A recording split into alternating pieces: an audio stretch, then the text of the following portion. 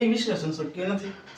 બરોબર। જે માહિતી તમે લો છો તો એ માહિતી તમારે વર્ણનાત્મક સ્વરૂપે જ છે હંમેશા લેવાની અથવા લખાણના સ્વરૂપે તમારે લેવાની રહેતી હોય છે। તો એના કારણે તમે એનું વિશ્લેષણ ન કરી શકો,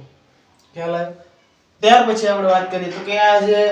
વ્યક્તિ ઇતિહાસ પદ્ધતિ એ ઘણો સમય માંગી લે છે, તો કે સમય વધુ માંગી લે છે। ઘણી બધી વાર એવું પણ બને કે આપણો સમય, શક્તિ અને નાણાંનો પણ ખર્ચ થાય, નાણાંનો પણ ખર્ચ થઈ શકે છે, તો આ પણ એક મર્યાદા જ છે, બરોબર। ત્યાર પછી પૂર્વગ્રહિત, જેવો તમે અહીંયા આ જે બાબત છે એ એઝ ઇટ ઇઝ કે તમે કેવા પ્રકારનો છે એ અભ્યાસ પદ્ધતિ અથવા તો કઈ બાબત ઉપર તમે અભ્યાસ કરવા ઈચ્છો એના ઉપર ડિપેન્ડન્ટ હોય છે, આધારિત હોય છે। ત્યાર પછી એ વાત કરીએ તો કે ઘણી બધી વાર એવું પણ બનતું હોય કે પૂર્વગ્રહિતતા પણ આવી જતી હોય, જે સંશોધન જે વ્યક્તિ વસ્તુ કે